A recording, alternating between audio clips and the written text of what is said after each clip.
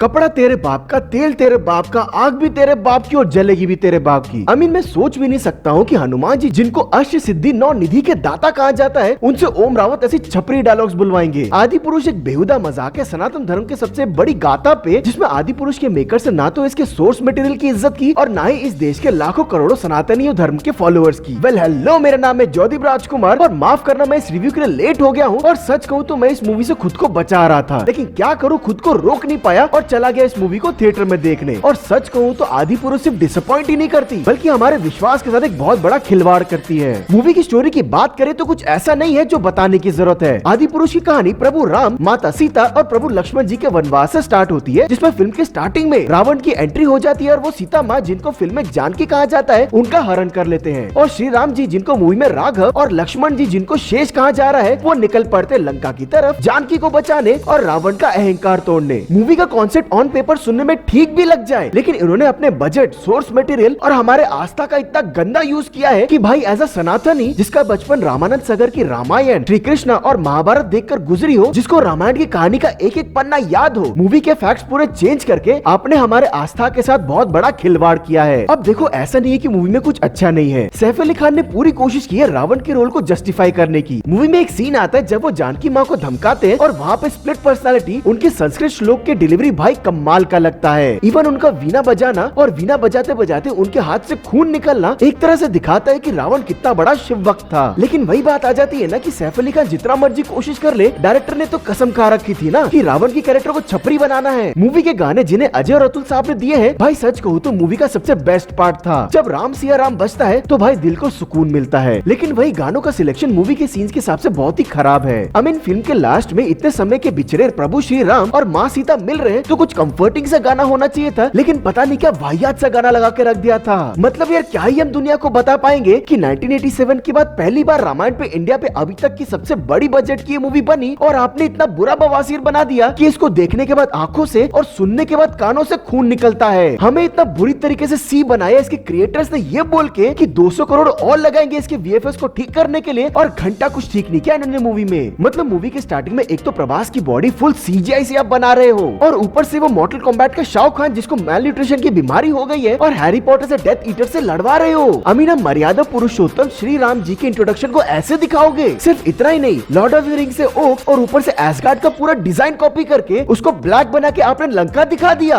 अब कौन से रामायण के वर्जन में लिखा है कि लंका काली थी? मतलब हम क्या समझे कि आपके पास 500 करोड़ का बजट होने के बावजूद भी आपके पास कोई ओरिजिनल डिजाइन बनाने की हिम्मत नहीं थी? आई मीन क्या आपने गूगल पे सर्च करने तक कभी कष्ट नहीं उठाया कि लंका कैसी दिखती थी, या उसका कॉन्सेप्ट कैसा था, या फिर राम सेतु कितना चौड़ा था? बात करें इसके डायलॉग्स की तो मैंने एटलीस्ट इतना तो एक्सपेक्ट किया ही था कि कम से कम डायलॉग्स तो अच्छे होंगे ताकि आंखें बंद करके ही सही मैं मूवी को एंजॉय कर लूंगा, पर कसम से इनसे वो भी नहीं हुआ। आई मीन अब क्या लिख रहे हो? जली ना, जलती है सबकी, तेरे बाप का तेल तेरे बाप की जलेगी, लंका लगा देंगे। आई मीन आपने क्या सोचकर लिखा कि आज की जेंजी के ऑडियंस इस पे सुन के सीटी बजाएगी? ऐसे मास डायलॉग्स हनुमान जी बोलेंगे तो क्या ऑडियंस सीटी मारेगी? मैं पूछना चाहता हूँ कि आप किसको इम्प्रेस कर रहे हो? जहाँ पुराने रामायण को देखकर आज की यूथ इंस्पायर होती है, क्या आप आदि पुरुष को दिखाकर मॉडर्नाइज रामायण का ये एग्जाम्पल सेट करना चाहते हो? आई मीन देखो ये बात मैं समझता हूँ कि रामायण की कहानी को 3 घंटे की मूवी में कंप्लीट नहीं किया जा सकता, लेकिन कॉम्प्रिहेंसिव तरीके से भी अगर आप मूवी में दिखाए हुए कैरेक्टर्स के साथ जस्टिस करो तो भी बात बन जाती। जटायु एक गिद्ध थे ना कि गरुड़ थे, इन्होंने वो तक भी रिसर्च करना सही नहीं समझा। बाली और सुग्रीव का फाइट इतना पैथेटिक लग रहा था, ना ढंग की कोई कोरियोग्राफी और ना ही ढंग का एनिमेशन दिख रहा था। आई मीन सीता माँ को दिए हुए रिंग से बजरंग बली जी के उड़ने तक इतना गंदा एनिमेशन था कि देखने में शर्म आ रहा था। इवन भाई जब श्री राम जी सीता माँ को वो लोटस दे रहे थे, इनसे एक प्रॉप तक नहीं बनाया गया, वो तक भी एनिमेटेड था। मतलब हद है। और इनका मॉडर्न टेक रामायण पे भाई इतना पैथेटिक लग रहा था, ना कोई डिसेंसी ना कोई रेस्पेक्ट रखी थी इन्होंने सोर्स मटेरियल की। मतलब अब एक तो विभीषण जी का वाइफ को दिखा रहे हो मूवी में, ऊपर से उनको ड्रेस चेंज करते हुए भी दिखा रहे हो। तीनों लोग का विजेता लंकापति रावण किसी लोहार की तरह लोहा पीट रहा था और ऊपर से डायलॉग भी बोल रहा था कि कोई और काम धंधा नहीं है, बंदर पकड़ लाया। प्रभास को भी फाइनल बैटल में बूट्स पहने हुए दिखा रहे हो। और प्रभास जी से मैं ये कहना चाहूंगा कि एज एन एक्टर अगर आप 150 करोड़ चार्ज कर रहे हो तो मूवी के लिए आपकी भी रेस्पॉन्सिबिलिटी थी कि आपको मूवी के रोल के लिए अच्छे से प्रिपेयर होना चाहिए था। प्रभास को देखकर बस यही लग रहा था कि वो अपने बाहुबली के कैरेक्टर से बाहर नहीं आए हैं। और सच कहूंगा प्रभास श्री राम जी के कैरेक्टर में बिल्कुल अच्छे नहीं लग रहे थे।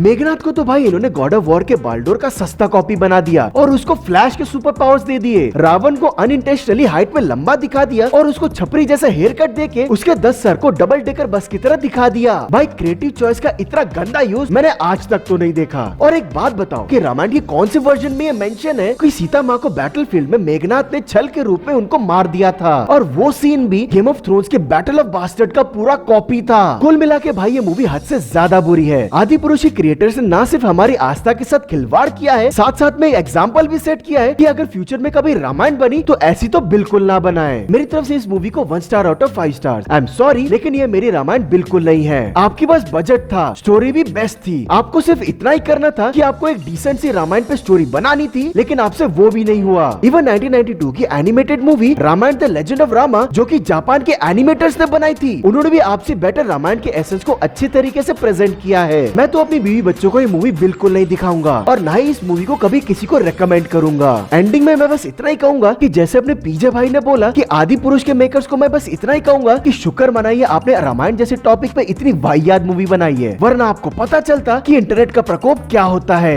With that being said, thank you watching this video. अगर आपको वीडियो पसंद आया हो तो लाइक करें, ज्यादा ही पसंद आया हो तो शेयर करें एंड चैनल को सब्सक्राइब करना ना भूले। हमारे चैनल के पेजेस को जाकर आप फेसबुक, इंस्टाग्राम में, ट्विटर पे फॉलो कर सकते हैं, लिंक्स आपको डिस्क्रिप्शन में मिल जाएगी। Till then keep watching.